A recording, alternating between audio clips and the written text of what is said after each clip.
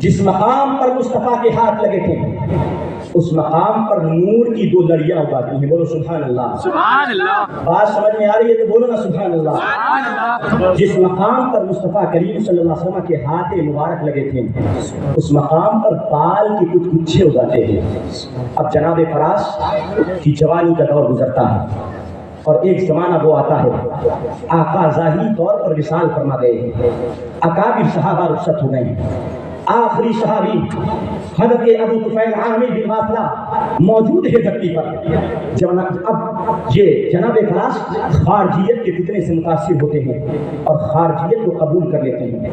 حضرت ابو طفیل عامر بن واصلہ جب سنتے ہیں کہ فراس نے خارجی مذہب قبول کر لیا ہے اہل سنت کے دامن کو چھوڑ دیا ہے ابو طفیل عامر بن واصلہ ان کے گھر پہنچتے ہیں اور کہتے ہیں اے فراس یہ دلیل ہے اہل سنت حق ہے مگر ہر دلیل کو جناب فراس رد کر کے چلے جاتے ہیں.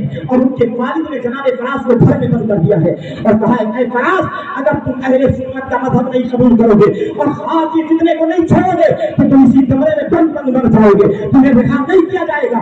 ہم نے کہا جناب ابو طفیل عامر بن واصلہ دلیل پہ دلیل دے کے جاتے ہیں مگر وہ رد کر کے جاتے ہیں.